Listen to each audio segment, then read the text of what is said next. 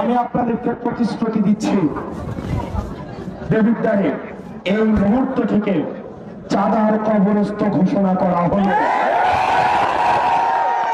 প্রিয় দেবিদ্বারের ব্যবসায়ীরা, প্রিয় দেবিদ্বারের ব্যবসায়ীরা, প্রিয় দেবিদ্বারের ব্যবসায়ীরা, প্রিয় সিএনজি স্টেশনের ভাইয়েরা, পেশাজীবী শ্রমজীবী ভাইয়েরা, প্রিয় হোটেল মালিকরা, যারা দেবিদ্বারে ব্যবসা করবেন সর্ব জায়গায়, সরকারি যে ধরনের ফি আপনাদের রয়েছে, সরকারি যে আপনাদের নিয়ম মেনে ব্যবসা করার কথা, আপনাদের রেজিস্ট্রেশন, ট্যাক্স ফাইল, এইসব বিষয়ে ব্যতীত দেবিদ্বারের কোনো ব্যক্তিকে এক পয়সাও আপনাকে চাঁদা দিতে হবে না।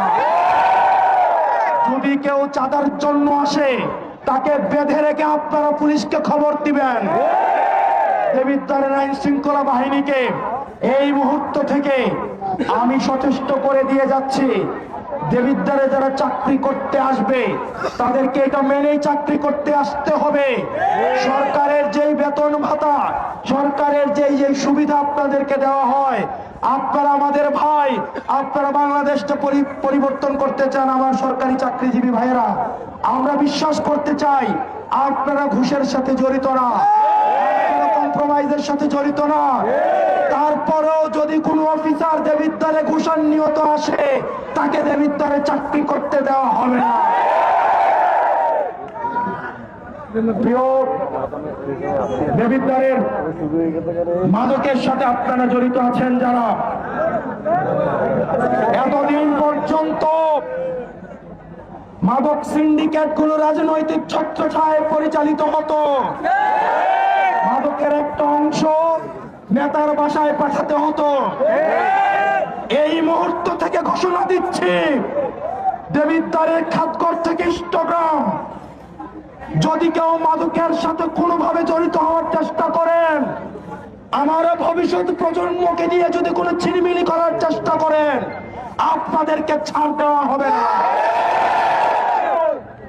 মাদকের সাথে যারা জড়িত, টেন্ডারবাজির সাথে যারা জড়িত, মাটি কাটার সাথে যারা জড়িত, আর যদি সরকারি নিয়মের বাহিরে এক কোদাল মাটি দেবিদ্বারের গুমতি থেকে নেওয়া হয়, আপনাদেরকে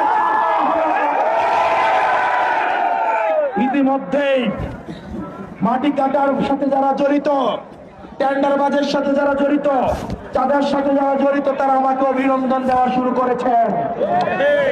হোয়াটসঅ্যাপে আমার সাথে যোগাযোগ করার চেষ্টা করছেন, ফোন করে শুভেচ্ছা জানাচ্ছেন।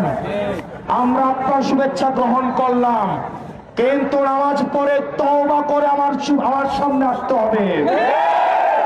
আমরা আপনাদের কর্মসংস্থানের প্রয়োজনে ব্যবস্থা করে দিব, প্রয়োজনে রিক্সা কিনে দিব, প্রয়োজনে ভ্যান কিনে দিব, প্রয়োজনে আমরা যাকাত ফিতরা তুলে নিজেরা সহায়তা করে আপনাদের কর্মসংস্থানের ব্যবস্থা করে দিব।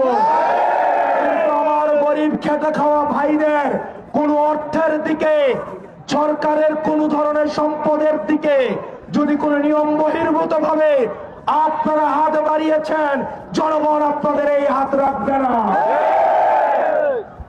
একই সাথে আপনারা আমাকে যারা ভোট দিয়েছেন